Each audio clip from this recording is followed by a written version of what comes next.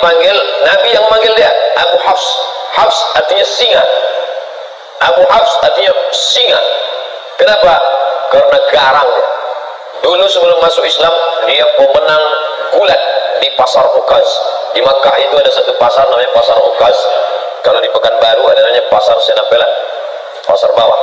Di pasar Ukaz itu setiap tahun diadakan lomba gulat. Juara bertahannya Sayyidina Umar Ibn Khattab, menang tiap tahun. Umur dia ketika Nabi dapat wahyu, beda umur dia dengan Nabi 20, bedanya 13 tahun. Kalau Abu Bakar sama Nabi bedanya 2 tahun. Jadi ketika Nabi berumur 40 tahun dapat wahyu, maka Abu Bakar umurnya 38 tahun. Sedangkan Umar dengan Nabi jarak umurnya 13 tahun. Jadi ketika Nabi dapat wahyu umur 40 tahun, maka umur Umar waktu itu 27 tahun. 27 kalau sekarang ya masih anak muda lah. Selesai S1 23, ambil S2 3 tahun 26, kemudian sedang S3 semester 2 27 tahun. Anak muda sedang segar-segar. Itulah dia Umar bin Khattab, pemenang juara gulat bertahan. Maka ini Umar bin Khattab, Nabi ingin betul supaya dia ini masuk Islam. Sampai Nabi berdoa, Allahumma a'izzal Islam bi Umaraini. Tolonglah Islam ini dengan 2 Umar ya Allah. Ada 2 Umar di Makkah yang waktu itu hebat betul. Ya Allah, tolonglah Islam ini. Kalau masuk Islam 2 Umar ini, insya Allah kuat Islam ini. Satu Umar bin Khattab, satu Umar bin Hisham. Kalau saya sebut Umar bin Hisham, banyak orang tak tahu. Tahu Umar bin Hisham? Tidak. Kalau saya sebut nama kerennya, tahu. Umar bin Hisham, Abu Jahal. Sedangkan ini Abu Hafs, Abu Jahal, si goblok, bodoh. Abu Jahal itu artinya Ustaz? Bonga. Sedangkan ini Abu Hafs, singa, perkasa. Nabi minta kepada Allah, ya Allah, kalau bisa 2 orang Umar ini masuk Islam, mantap Islam ini. Dan Umar bin Khattab masuk Islam. Abu Jahal mati dalam keadaan kafir. Tapi masuk Islamnya tak cepat, lama. Tahun 1 tak masuk Islam. Tahun beda dengan Abu Bakar. Abu Bakar tahun 1 langsung masuk Islam. Tahun 2, tahun ke-6 baru dia masuk Islam. Dia memusuhi Islam.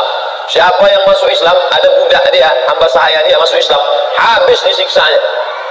Lalu kemudian pernah satu hari dia mau membunuh Nabi Muhammad. Keluar dari rumah, dicabutnya pedang. Jumpa sama kawannya. Kau mau kemana Umar? Aku mau memancung kepala Muhammad. Ente tahu, ente Bani Adi. Mereka pakai Bani. Anak-anak keturunan Adi disebut Bani Adi. Muhammad SAW itu Bani Hashim. Muhammad bin Abdul Muttalib bin Hashim bin Abdi Manaf. Maka dia Bani Hashim. Kau mau bunuh siapa? Aku mau bunuh Muhammad. Kau tahu tak Muhammad itu siapa? Muhammad, anak Abdullah, anak Abdul Muttalib, anak Hashim, anak Abdi Manaf, anak Qusay. Qusay itulah yang membangun kota Makkah ini. Kalau sampai anak cucu kemanakan mereka ini mati, ente habis nanti. Akhirnya tak jadi dia bunuh Nabi Muhammad sallallahu alaihi wasallam. Suatu hari dia bertamulah ke rumah adiknya. Nama adiknya Fatimah bintil Khattab. Nama dia Umar bin Khattab. Fatimah bintil Khattab ini punya suami namanya Said. Dia dah dapat kabar si Said sama adiknya ini masuk Islam sudah. Tapi berita itu masih isu lagi, masih infotainment, masih was-was. Maka datanglah dia bertamu. Kebetulan si Said sama Fatimah sedang baca Quran, tapi suara mereka pelan-pelan. Nama penjaganya namanya Khabbab. Khabbab, ya, adikku tadi baca apa? Tak ada Khabbab, tapi aku dengar sesuatu. Masuk dia ke dalam, ditinjunya adiknya itu. Pertama adik iparnya dia tinju. Tentu menang, kalau dia pemenang gulat dia tahu. Habis dia tinju adik iparnya, lalu kemudian adik dia perempuan yang lemah itu dia tinju. Tapi kemudian dia tengok tak ada rasa takutnya. Maka dia heran nih, ini adikku perempuan lemah, tapi ketika kita kan bisa menengok orang, kalau kita getak dia takut, pucat dia lari. Ini enggak, berdarah, keluar darah dari wajah Fatimah bintul Khattab, tapi dia tak takut. Maka Umar mengaku setelah dia masuk Islam, baru dia ngaku. Apa kata dia? Kata dia, sya'urtu bid-duhfi lamma ra'aitu dama kharaja min wajhiha. Aku tiba-tiba merasa diriku lemah ketika aku tengok darah keluar dari wajahnya. Jadi saudara-saudara kita yang nampaknya lesu, lemah, tapi dikuatkan oleh Allah, dikuatkan malaikat, maka orang-orang yang merasa diri hebat itu merasa lemah dalam dirinya. Ini terjadi pada Sayyidina Umar bin Khattab. Dia menang juara gulat bertahan tiap tahun, badannya kekar, kokoh. Adiknya ini perempuan lemah, ketika dia tinju sampai berdarah, tapi tak ada rasa takutnya. Ternyata Umar yang kuat itu, dia rasa dalam dirinya, oh, kok tiba-tiba aku merasa lemah. Lalu kemudian dia tarik kertas dari tangan adiknya itu. Apa yang sedang kau baca ini? Betullah ternyata kabar yang kudengar selama ini, kalian sudah suami istri masuk Islam ya. Ini rupanya kalian ikut Muhammad. Aku memusuhi orang, adik iparku dan adik kandungku sendiri sudah ikut Muhammad sallallahu alaihi wasallam. Ditariknya. Apa kata Fatimah? Fatimah adik dia, Fatimah bintil Khattab. Ya Umar ibn al-Khattab, innaka najasun bisyirkika. Dengan mulut berdarah dia katakan, hai Umar bin Khattab, engkau najis karena kau syirik. Bukan dia takut, ada kekuatan dalam dirinya. Umar yang sedang down, sedang merasa lemah, menengok adiknya tegar, malah kata-katanya, innaka najasun, kau najis karena kau syirik, maka kau tak layak, la yamassuhu illa tahirun. Tidak ada yang layak memegang lembaran ini. Waktu itu belum ada Quran 30 juz. Jangan bayangkan Umar memegang besar begini. Enggak, lembaran-lembaran, suhuf namanya, lembaran, selembar-lembar. Ada ditulis di tulang onta, ada ditulis di pelepah korma, ada ditulis di batu-batu. Tapi ada kertas yang masuk, karena Mesir sudah ada kertas. Mereka sudah punya hubungan dagang. Orang-orang Yahudi sudah ada mulai kertas tak banyak. Salah satu kertas itu dipegang oleh Fatimah, ditarik oleh Umar bin Khattab. Ketika itu bangkit keberanian Fatimah karena membela Quran, tak boleh dipegang oleh orang bernajis. La yamassuhu illa tahirun. Tak boleh memegang ini kecuali orang yang suci. Tiba-tiba Umar yang perkasa itu meletakkan lembaran itu, dia mandi. Dia rasa diri dia lemah, adiknya yang berdarah ini kuat. Ini menunjukkan bahwa fisik kita ini sebenarnya hanya casing, sampul saja, tapi di dalam itu ada kekuatan ruh yang luar biasa. Perempuan lemah, mulut berdarah, tapi kalau kuat ikatannya dengan Allah, dia kuat. Umar bin Khattab pemenang gulat, perkasa, tapi kalau dia lemah hubungan dengan Allah, dia lesu, dia kalah. Lalu kemudian dia pun mandi. Setelah mandi, dia balik. Penasaran dia kertas ini. Lalu dia tengok. Toha, ma anzalna alaikal Qur'ana litashqa. Kebetulan yang dibaca adiknya itu surat Toha. Toha, ya Muhammad sallallahu alaihi wasallam. Ma anzalna alaikal Qur'ana litashqa. Tidaklah kami turunkan Al-Quran ini kepada engkau supaya engkau menjadi susah. Dia tengok susunannya pelan-pelan. Orang Arab sastrawan, bahasa Arab mereka halus, sastra. Dia bisa membedakan ini bukan bahasa orang biasa. Akhirnya hatinya lunak dan lembut.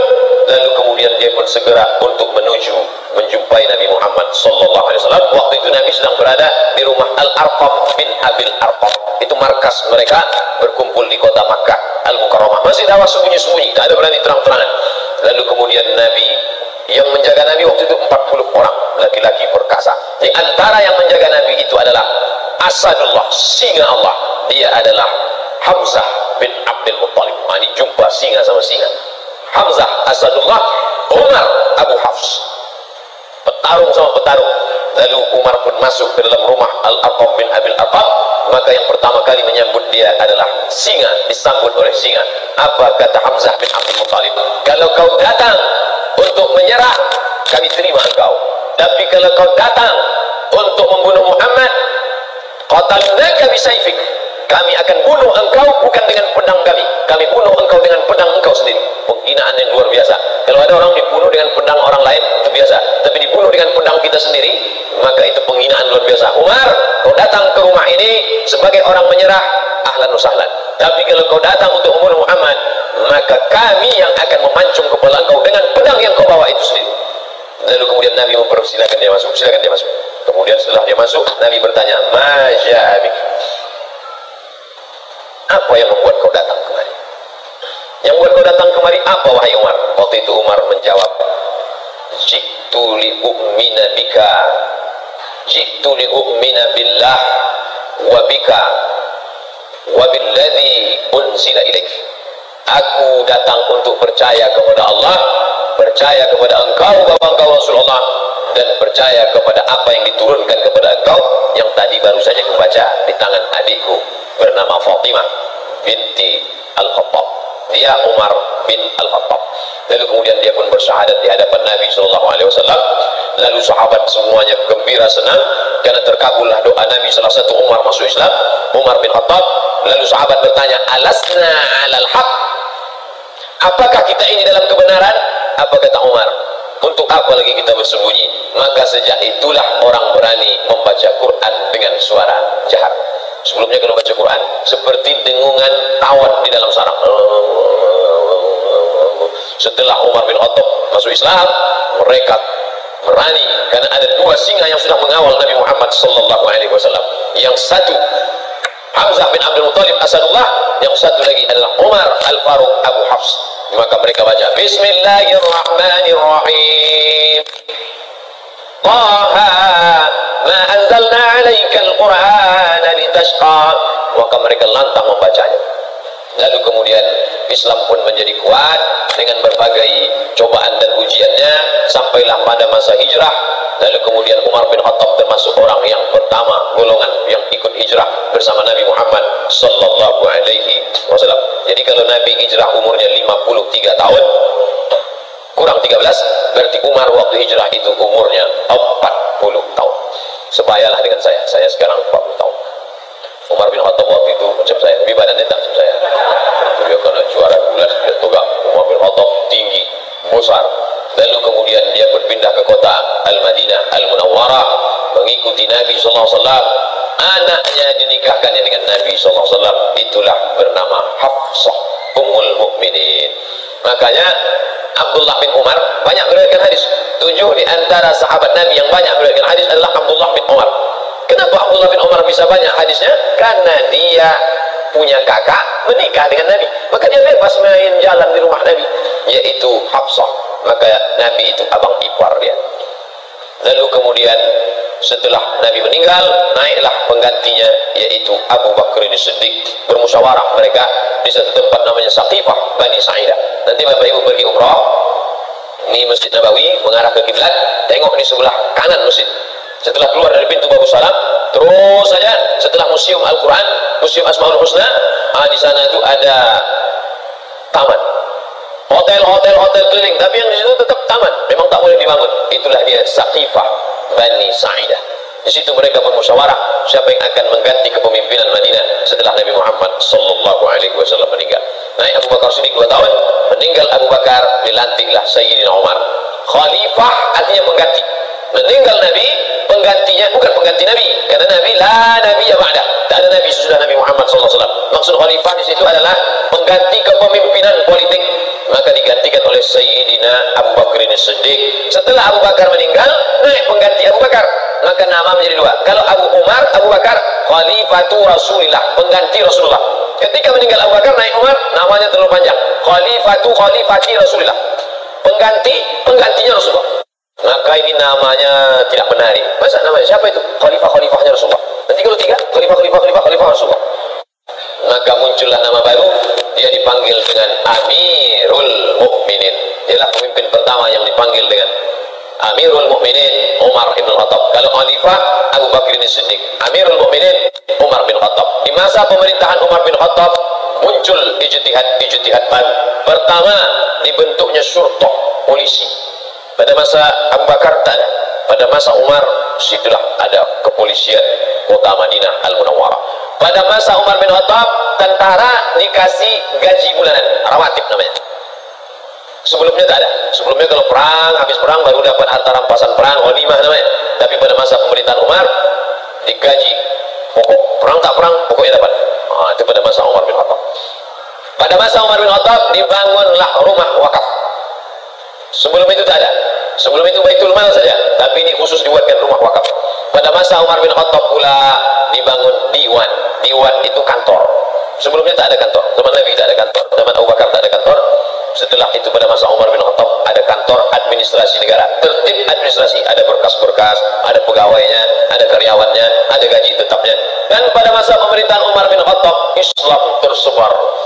Makkah di tengah, di bawahnya Yaman, di atasnya negeri Syam, Suriah, Lebanon, Palestina, Yordania. Di kirinya Laut Merah, menyeberang Laut Merah, Mesir. Mesir dibuka pada masa pemerintahan Umar bin Khattab. Umar mengutus seorang sahabat bernama Amr bin As.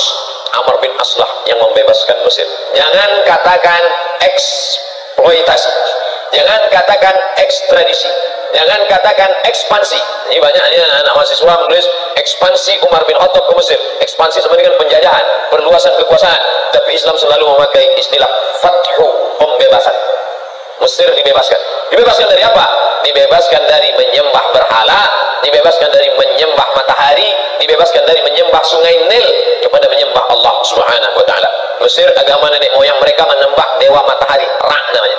Nanti kalau pergi ke museum Mesir, nampak ada bulan matahari, di kiri kanan bawah atas keluar tangan dewa matahari sedang mengulurkan nikmat-nikmatnya.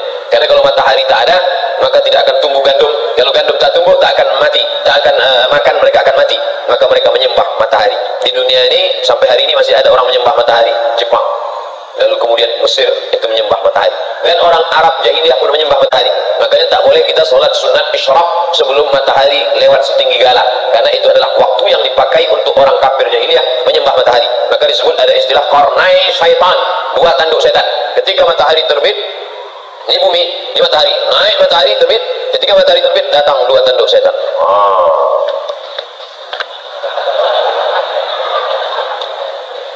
Alhamdulillah kita tak ada menyembah matahari lagi. Buya Hamka dulu pernah dipaksa untuk menyembah matahari. Kata penjajah Jepang, tak mau Buya Hamka. Ini tentang menyembah matahari. Lalu kemudian masuklah Kristen ke Mesir, dan orang Mesir pun beragama Kristen Ortodok Koptik, tidak Katolik. Sedangkan Romawi Katolik, Mesir Koptik, beda mazhab. Maka Katolik menjajah Koptik. Begitu ceritanya. Orang Koptik Mesir ini merasa terjajah oleh Romawi yang Katolik. Datanglah Islam membebaskan mereka dari penjajahan. Bukunya ditulis oleh Syekh Muhammad Al-Ghazali, gurunya Syekh Yusuf Al-Qaradawi. Makanya Mesir itu masuk Islam tidak dengan perang. Kenapa? Karena mereka merasa dibebaskan oleh orang Islam. Ketika datang Inggris setelah zaman kemerdekaan, datang Inggris bertahan di Mesir. Kata mereka, kami Inggris di Mesir bukan mau menjajah Mesir, tapi karena ingin menjaga saudara-saudara kami yang Kristen Koptik ini. Naiklah paus Mesir. Mesir punya paus sendiri. Dia tak mau ikut paus Benedictus Franciscus yang menggantikan Benedictus, menggantikan Paus Paulus. Begitu sanadnya ke atas. Yang sekarang ini Franciscus menggantikan Benedictus, menggantikan Paulus, sampailah ke atas. Kami di sini bukan menjajah Mesir, kata orang Inggris. Kami di sini bukan menjajah Mesir. Kami mau menjaga keamanan saudara-saudara kami supaya jangan sampai dibunuh oleh orang Islam yang teroris-teroris ini, katanya. Maka naik paus Koptik ke atas mimbar Al-Azhar. Naik dia ke atas, apa kata dia? Kalau keberadaan Inggris di sini untuk menjaga kami yang Kristen Koptik, biarlah kami mati di tangan saudara kami yang Islam ini, karena kami dulu pun dibebaskan oleh mereka. Pidato itu dicatat dengan tinta emas. Makanya Islam kalau dia kuat, dia besar, dia justru menjadi rahmat bagi semesta alam. Bayangkan, berkelahi antara Koptik dengan Ortodok, Ortodok Koptik berkelahi dengan Katolik, justru yang menolongnya adalah umat Islam. Bukti bahwa Islam tidak menghabisi minoritas. Sampai hari ini gereja-gereja tetap tegak di Mesir. Gereja paling tua, gereja Saint Catherine, yang ada di bawah bukit Jabal Musa. Nabi Musa menerima wahyu naik ke atas, di bawah itu ada satu gereja, gereja Saint Catherine, Saint perempuan suci, Catherine. Dia ditekan oleh penjajahan, lari dia buatnya situ gereja, masih ada sampai sekarang. Saya waktu naik ke atas bukit Tursina, kami tengok, loh, ada gereja di bawah. Ini gereja Saint Catherine. Seandainya Umar bin Khattab waktu itu mau, bisa diratakan semua. Itu yang kafir-kafir itu, matikan mereka semua. Nah, mana? Islam pernah berkuasa di India, beratus tahun Islam berkuasa di India. Orang Hindu masih tetap ada. Kalau Islam itu ekstrim, tak ada lagi Sanjay Dutt, Shah Rukh Khan, Amitabh Bachchan, udah habis itu semua udah. Islam berkuasa di Indonesia, bumi Melayu, kerajaan Siak Serindrapura, Candi Muara Takus. Bukti. Jadi bagi orang-orang yang masih juga mengatakan kami takut kalau Islam dibangkit, nanti Islam akan membunuh kami. Islam, ente kemana aja selama ini? Dan ente tengok bagaimana Mesir tetap tegak berdiri. Maka mereka berbondong-bondong masuk Islam, karena Islam datang membawa rahmatan lil alamin. Lalu kemudian Palestina yang waktu itu dipegang kuncinya oleh Kristen Ortodok, dan Islam menguasai Palestina dengan damai, dia tak mau menyerahkan kunci ini kepada tentara-tentara. Apa kata pimpinan agama Kristen Palestina? Kunci ini hanya mau aku serahkan kepada Umar bin Khattab. Dia penasaran, mana Umar tuh, mau menengok Umar. Kalau mau kunci ini, datang kemari. Umat Islam kalau mau merampas kunci itu bisa aja, tariknya udah. Tapi Umar bin Khattab bijaksana, biar aku yang datang, kata Umar. Datanglah Umar. Dibayangkan si pendeta ini akan datang pasukan berkuda dengan baju besi, dengan tombak. Tunggunya lah, kedip-kedip mata dia menengok, mana lah Umar bin Khattab. Dari kejauhan ditengoknya onta satu ekor, ada 2 orang. Yang mana Umar bin Khattab, kata dia. 2 orang diganti-gantian, kadang budaknya di atas, kadang Umar di bawah, kadang Umar di bawah, kadang budak di atas. Pas ketika mau dekat pintu Baitul Maqdis, giliran Umar di bawah, budaknya di atas. Tengoknya pakaian Umar biasa ya, disangkanya Umar pakai baju kebesaran, pakai jubah sutra, pakai cincin emas, pakai naik kereta kencana, feodal. Umar tuh low profile. Tengoknya Umar, yang mana Umar bin Khattab? Ini dia. Ini Umar bin Khattab yang menguasai dari Yaman sampai ke Palestina, sampai ke Mesir itu. Ya, inilah dia. Kata mereka terkejut. Lalu kemudian Umar dipersilakan sholat di gereja tempat lahirnya Isa alaihissalam. Silakan Umar sholat. Umar tak mau. Sholat dia di depan gereja. Ini gereja, sholat dia di depan gereja. Selesai dia sholat, orang bertanya, kenapa kau tak mau sholat di dalam gereja itu Umar? Nanti kalian tengok. Sekarang barulah orang terkagum sama Umar. Kenapa? Bekas sujud Umar sholat itu, itulah didirikan masjid sekarang, namanya Masjid Umar bin Khattab, berhadap-hadapan dengan katedral kelahiran Isa alaihissalam. Bayangkan kalau Umar bin Khattab sholat di gereja, itu apa yang terjadi? Rata gereja jadi masjid. Tengok Umar bin Khattab bijaksana. Begitulah dia. Tapi ada satu api dalam sekam, sakit hati dia. Siapa dia? Ketika Umar bin Khattab membebaskan Persia, Makkah di tengah, Yaman di bawah, Syam di atas, Mesir di kiri. Di kanan ini ada Persia. Persia lebih kuat daripada Roma. Makanya dalam Quran ada suatu surat namanya surat Ar-Rum. Ghulibatir Rum. Bangsa Romawi pernah kalah. Siapa yang mengalahkan Romawi? Persia. Persia paling hebat. Dan Persia dikalahkan oleh Umar bin Khattab. Jika Romawi dikalahkan Persia dan Persia dikalahkan Umar, maka Umar menguasai dunia. Tapi ternyata ada satu orang dendam kesumat sakit hati, ditikamnya lah Sayyidina Umar pada tanggal 24 Zulhijjah, hari Rabu, saat rakaat pertama sholat. Ditikamnya pada tanggal 24, 25, 26, 27. Setelah itu tanggal 30 meninggallah Sayyidina Umar ibn Khattab pada tahun 23 Hijrah. Umurnya pas 63 tahun. Nabi Muhammad meninggal 63, Abu Bakar meninggal 63, Umar bin Khattab meninggal 63. Saya sudah hitung-hitung, insya Allah meninggal tahun 2040. Waktu itu umur saya 63. Sok mantap katanya. Kalau lebih bonus, kalau mati besok alhamdulillah. Orang Islam tak pernah berduka cita. Allahumma ja'alil hayata ziyadatan lana fi kulli khair. Kalau aku hidup besok pagi, pahala aku bertambah, masuk ke UIN, mengajar, pahala bertambah. Kalau mati aku malam ini, alhamdulillah, besok dosa tak ada. Tak lagi mata ni menengok celana pendek. Nah, oleh sebab itu maka Umar bin Khattab pun ditikam, meninggal dunialah dia pada tahun 23 Hijrah. Lalu kemudian dia dimandikan oleh anak kandungnya Abdullah bin Umar bin Khattab. Maka kita nih, kalau memandikan kita itu nanti anak kandung kita yang laki-laki. Saya alhamdulillah ada anak laki-laki saya, dialah nanti yang akan memandikan saya, insyaallah. Maka Bapak Ibu sekalian, buatlah di Masjid Raya ini pelatihan memandikan jenazah. Yang ikut pelatihan itu anak-anak muda. Ini banyak dibuat pelatihan yang ikut orang tua-tua. Bapak kenapa ikut? Yang mau dimandikan ini bapak. Tak usah ikut. Anak-anak muda itu dilatih, biar nanti waktu awak mati dia mandikan kita. Kalau dia mandikan kita, takkan diambilnya gayung tinggi-tinggi. Di situ jenazah ayah siapa? Tentu pelan-pelan dia. Kan ini ayahku dulu. Tapi kalau orang lain memandikan kita, apalagi kita waktu dulu hidup sombong minta ampun. Diambilnya semprot dosmir. Mama Lemon gitu. Siram kayak hidung. Makanya latihlah anak awak mandi jenazah. Ibu memandikan anak itu satu hari berapa kali? Mandi pagi, mandi siang, mandi malam, mandi, makan coklat, mandi, tumpah lontong, mandi, makan mandi. Nah, habis itu ibu mandikan dia satu hari 5 kali. Setahun kali 5, 3 kali 5, 1.500 kali ibu mandikan dia. Dan ibu minta mandikan dia sekali saja. Nah, aku mau kau mandikan aku sekali saja. Mandi apa? Mandi jenazah. Umar bin Khattab ketua yang memandikan dia siapa? Abdullah bin Umar bin Khattab. Yang jadi imam sholat jenazahnya Suhaib. Ada orang Romawi, bukan orang Arab. Suhaib Ar-Rumi, orang Romawi yang dulu hijrah dari Makkah ke Madinah, semua hartanya diambil. Suhaib, dulu kau merantau ke Makkah di sebatang kara, tak ada apa-apa. Sekarang kau sudah kaya, kalau kau mau ikut Muhammad, tinggal semua hartamu.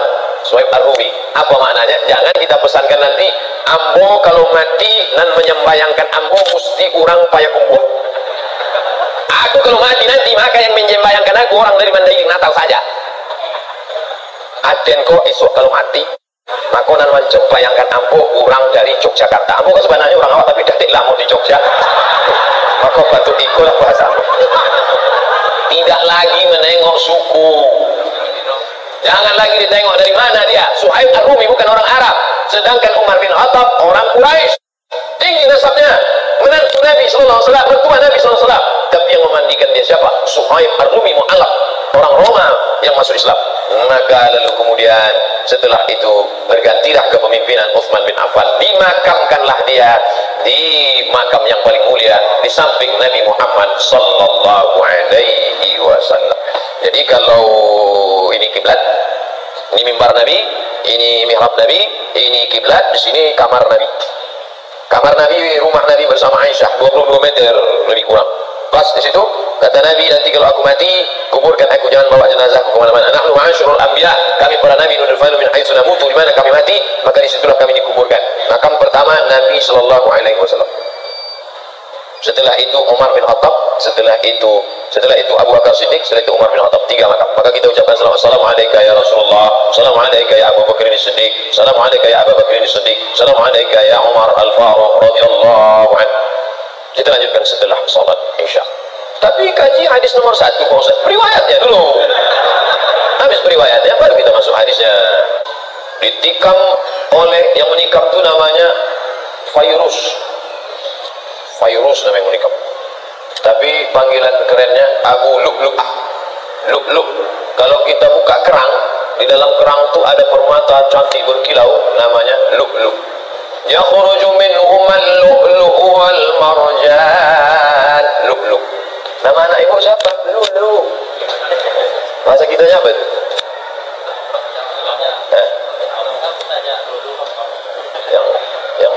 Yang di dalam kerang itu apa namanya?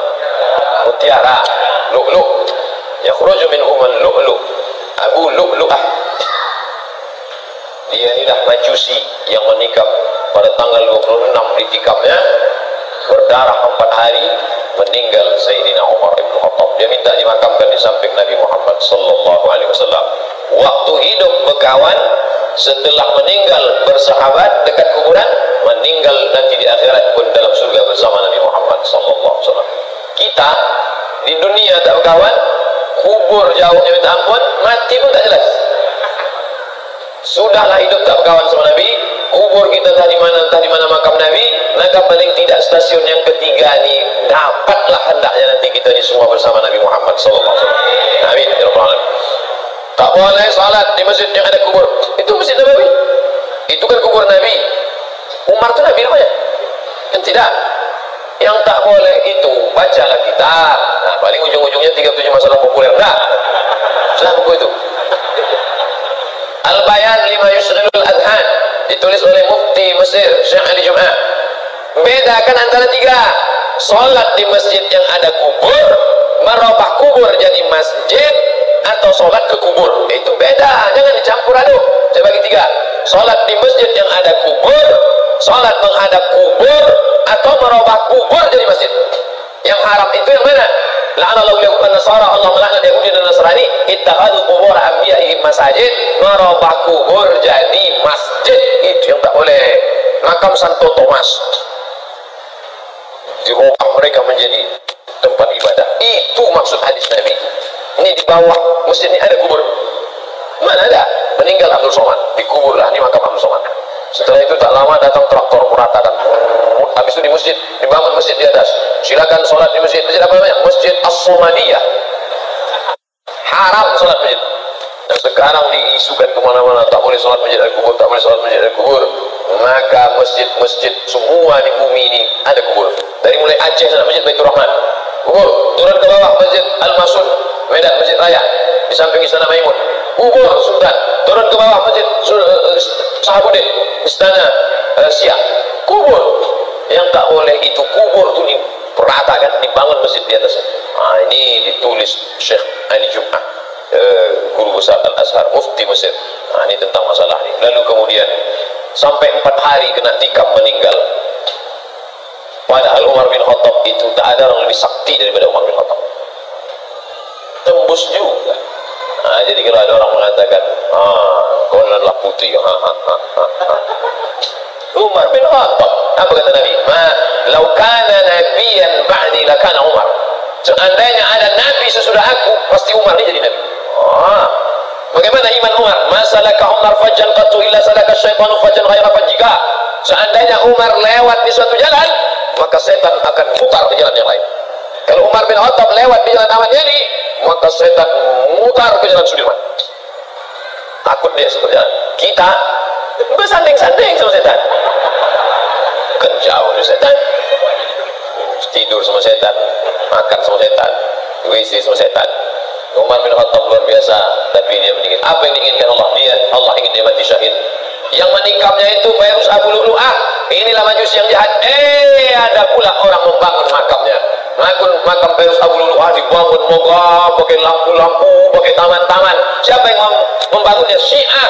Kata mereka ini pahlawan karena sudah berhasil membunuh orang paling jahat di dunia, yaitu Umar bin Khattab, karena merampas kekuasaan Sayyidina Ali bin Abi Thalib. La haula wa la quwata illa billahil aliyil azim. Tidak ada konflik antara Umar dengan Ali. Tahu tidak? Umar punya istri namanya Ummu Kulthum. Ummu Kulthum. Ummu Kulthum itu anak siapa? Anak Sayyidina Ali. Ali menikahkan anaknya kepada Umar.